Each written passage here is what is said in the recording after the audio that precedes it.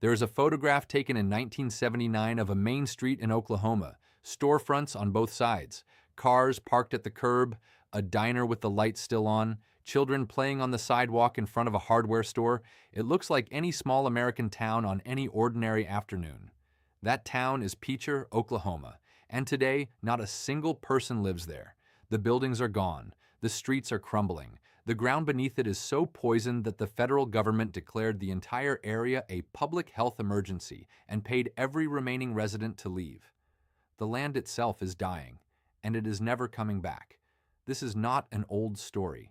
This did not happen 150 years ago during some distant gold rush that feels like ancient history. This happened in our lifetimes. Some of you watching this were alive when Picher was still a real town with real people who had no idea what was coming. America has a habit of building places and then abandoning them. Not slowly, not gracefully, but completely, leaving behind streets and buildings and the wreckage of ordinary lives with nowhere to go. Today we are going to 7 more of them. 7 places that were real, that were home to real families, that appeared on real maps, and that are now gone in every way that matters. Let us start at number 7. Number 7, Glenrio, Texas and New Mexico, the town that belonged to 2 states and neither. There is a stretch of the old Route 66 that crosses the state line between Texas and New Mexico in the middle of absolute nowhere. The panhandle on the Texas side, flat, dry, wind-scoured desert that goes on so long in every direction that the horizon starts to feel like a wall. And right on that line, split perfectly between 2 states, there used to be a town called Glenrio. Glenrio was never large. At its peak in the 1930s and 1940s, it had a few hundred people, a scattering of motels and diners and gas stations serving the endless stream of travelers moving west on Route 66. The Texas side was dry. No alcohol sales. So the bars were all on the New Mexico side. The gas stations were on the Texas side because fuel taxes were lower. Glenrio had learned to play both sides of the line because Glenrio had nothing else to offer except its location. Then Interstate 40 was built. The highway bypassed Glenrio entirely. The traffic that had been the town's entire reason for existing simply ceased to flow through it. Within a few years of the interstate opening, Glenrio was functionally dead. The last business closed in 1983. The last resident left shortly after. What remains is one of the most photogenic ghost towns in America. The old diner, its sign still legible, its windows dark. The motel office with the vacancy sign still hanging at an angle. The gas station canopy rusted and collapsed over pumps that will never pump again. Everything bleached by the West Texas sun to the same pale shade of nothing. The wind never stops. The highway that killed Glenrio runs visible in the distance, and the cars on it do not slow down, and the people inside them do not look over, and Glenrio stands there in its silence, watching traffic that will never stop. This is what Route 66 looks like when the romance runs out. Number 6. Bombay Beach, California. The Accidental Sea. There are places in America that feel like they exist in the wrong dimension. Places where the landscape is so wrong, so fundamentally not what it should be, that your brain keeps trying to correct what your eyes are telling it. Bombay Beach, California is one of those places. The Salton Sea was created by accident. In 1905, an irrigation canal in the Imperial Valley broke, and for 2 years the entire flow of the Colorado River poured into a desert basin below sea level. By the time engineers stopped it in 1907, they had created a lake 35 miles long and 15 miles wide in the middle of the California desert, a lake that had no outlet, a lake that could only shrink through evaporation, growing saltier and saltier as everything dissolved in it, but the water itself had nowhere to go. For a few decades in the mid-20th century, the Salton Sea was marketed as a resort destination. Bombay Beach was a real community. People bought houses, children went to school, there were yacht clubs, there were speedboat races. Frank Sinatra performed nearby. Then the sea started dying. The salt content climbed past what fish could survive. Hundreds of thousands of tilapia suffocated and washed ashore in a single event in 1999. The smell was overwhelming for miles. The resorts closed. The property values collapsed. The people who could leave, left. The people who could not afford to leave stayed, and the sea kept dying around them. What Bombay Beach looks like today is something that does not belong in the United States of America. The shoreline is a crust of salt and dead fish bones and barnacles and the bleached skeletons of birds. Old trailers and houses sit abandoned behind chain-link fences, slowly sinking into the saline mud. And in the shallows of the Dead Sea, someone has built an art installation. Rusted playground equipment, old pianos, broken furniture arranged in the toxic water like monuments to whatever this place used to be. The remaining population of Bombay Beach is approximately 300 people. They live surrounded by the smell of decay and the vast flat silence of a sea that should not exist and is now slowly dying in the desert sun. Number 5. Picher, Oklahoma, the most toxic town in America.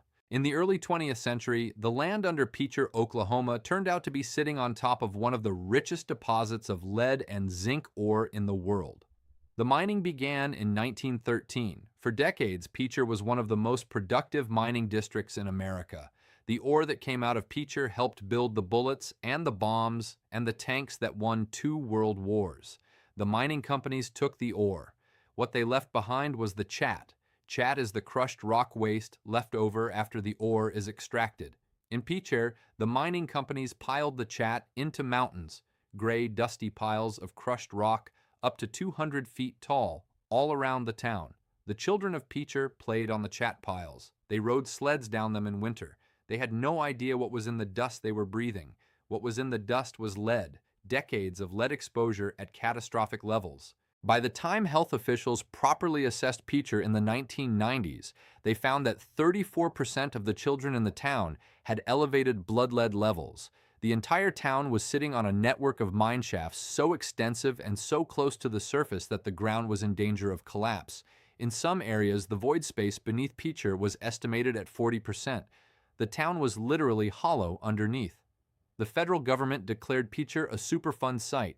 A buyout program was established. Residents were paid to leave, most went. Then in 2008, a Category EF4 tornado came through and destroyed what the buyout program had not yet cleared. The last school closed in 2009. The last few holdouts left over the following years. Gary Linderman was the last official resident. He had lived in Picher his entire life and refused to leave. He died there in 2015. After his death, Picher's population was officially 0. What remains are the chat piles, those enormous mountains of toxic gray waste rising out of the Oklahoma prairie like something from another planet. Radioactive, unlivable, never to be remediated because the cost would be incalculable. They will be there for centuries. The people are gone. The mountains of poison they left behind are not. Number 4. Bannack, Montana, the first capital that failed, high in the mountains of southwestern Montana, in a valley that gets buried in snow every winter and baked by a relentless sun every summer.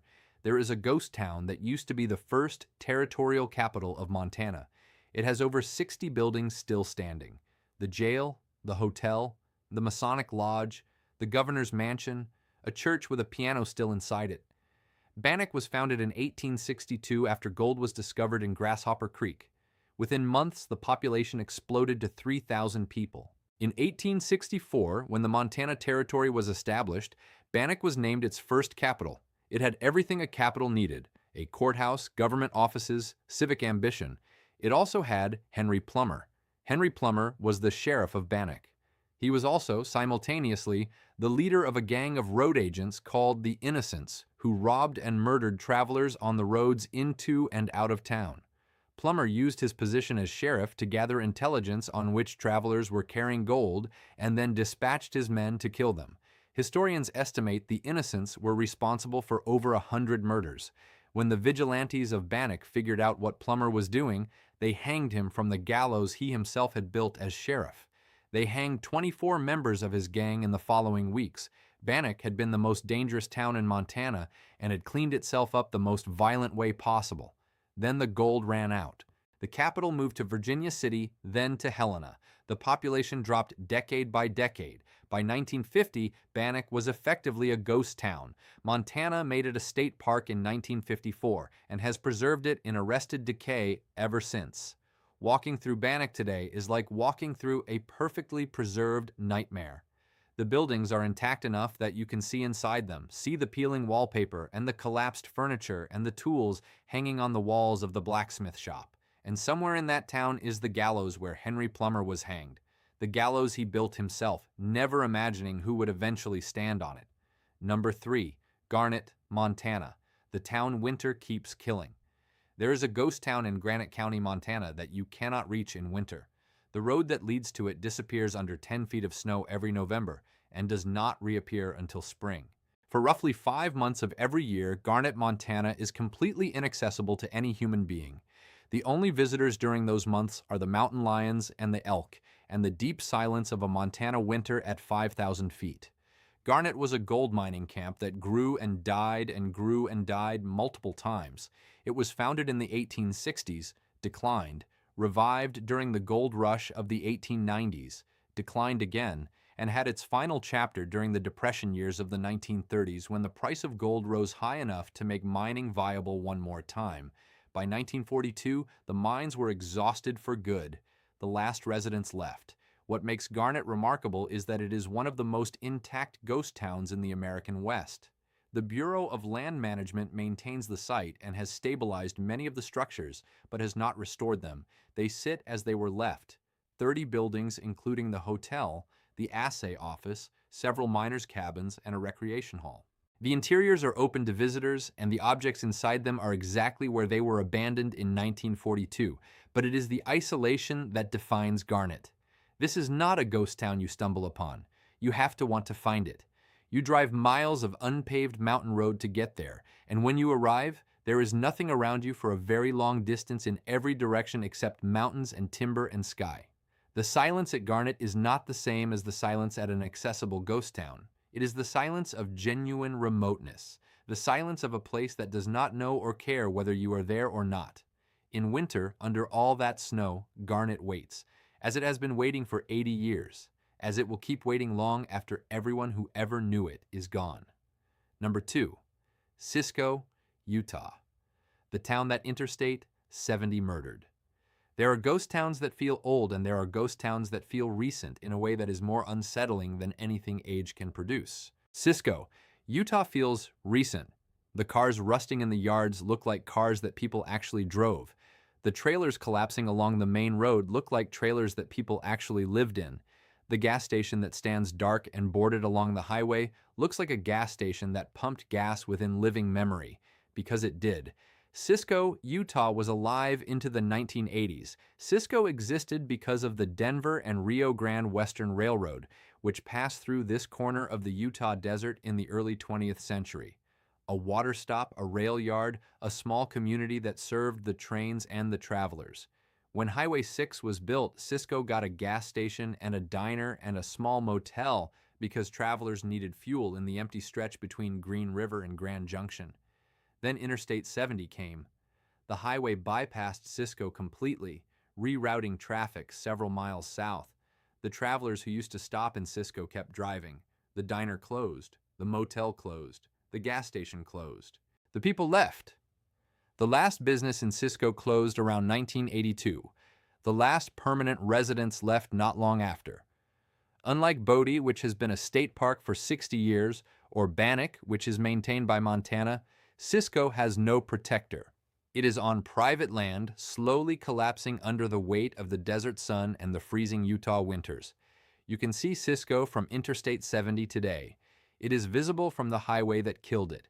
A cluster of abandoned trailers and crumbling buildings sitting in the ochre desert, close enough that you can see the detail of the decay at highway speed. A few people have pulled over and photographed it over the years. The photographs are haunting in a specific and modern way. Cisco does not look like history. Cisco looks like last week. Number 1, Ruby, Arizona, the town where everyone died violent. There is a road in Santa Cruz County, Arizona that turns to rough dirt about 10 miles before you reach Ruby.